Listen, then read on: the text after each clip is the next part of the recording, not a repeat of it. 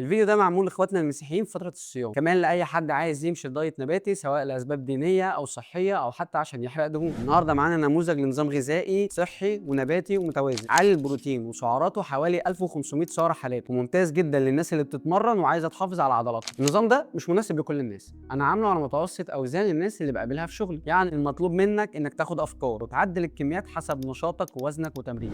الدايت النباتي مش معناه ضعف ولا جوع ولا فقدان عضلات، هو لو معمول صح هتلاقي نتيجة وهتعمل عضلات. ويلا نخش في التفاصيل. قبل ما نبدا في الوجبات ما تنساش تشترك في القناه وتفعل زر الجرس عشان يوصلك كل جديد.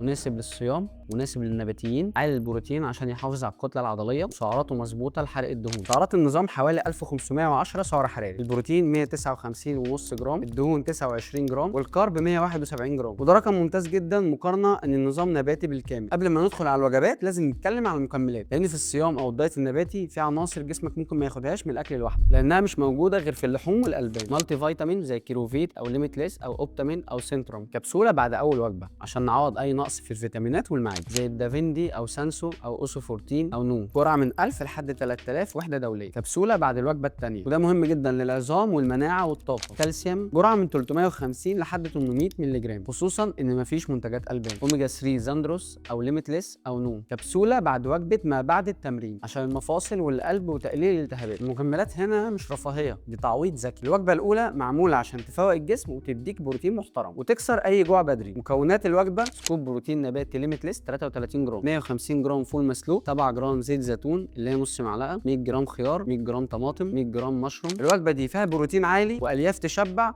ودهون صحيه تخليك ثابت ومش جعان. الوجبه الثانيه دي اهم وجبه، وجبه طاقه وقبل التمرين. مكوناتها: سكوب بروتين نباتي 33 جرام، 150 جرام عدس مسلوق، 100 جرام رز ابيض مسلوق. البدائل: 75 جرام مكرونه مسلوقه او 120 جرام بطاطس مسلوقه، 300 جرام سلطه، طبق السلطه مكون من 100 جرام خيار، 100 جرام طماطم، 50 جرام بصل، 50 جرام خس، 7 جرام زيت زيتون، 200 جرام خضار زي سبانخ او باميه او كوسه او ملوخيه معمول ني في ني، 100 جرام مشروم. الوجبه دي متوازنه، فيها بروتين كفايه وكربوهيدرات عشان تديك طاقه والياف عشان تحسسك بالشبع. الوجبه الثالثه، الوجبه دي معموله عشان تقفل اليوم بالبروتين وتقلل الهضم العضلي وتحسسك بالشبع. مكونات الوجبه: كوب بروتين نباتي 33 جرام، 75 جرام حمص مسلوق، 100 جرام فول صويا مسلوق، 100 جرام بنجر اللي هو الشمندر، 100 جرام مشروم. الوجبه دي ممتازه جدا قبل النوم، خصوصا للناس اللي بتتمرن، وبتفرق جامد في الريكفري. ملاحظات مهمه جدا: اشرب ميه كويس، ولو وزنك اعلى زود الكميه شويه، ولو وزنك اقل قلل الكميه شويه. مفيش دايت واحد ينفع لكل الناس، الدايت ده نموذج ذكي مش قرآن ولا لازم يتنفذ حرفيا. في الاخر حابب اقول لك حاجه مهمه: النظام النباتي ممكن يكون قوي جدا ومش شرط يضعفك ولا يقلل عضلاتك، بس لو عملته صح. لو الفيديو فادك اعمل لايك واشترك في القناه واكتب لي في الكومنتات تحب الفيديو الجاي يكون عن ايه، نظام نباتي اعلى سعرات ولا دايت صيام مع تمرين. اوعى تستلف راحتك على حساب صحتك،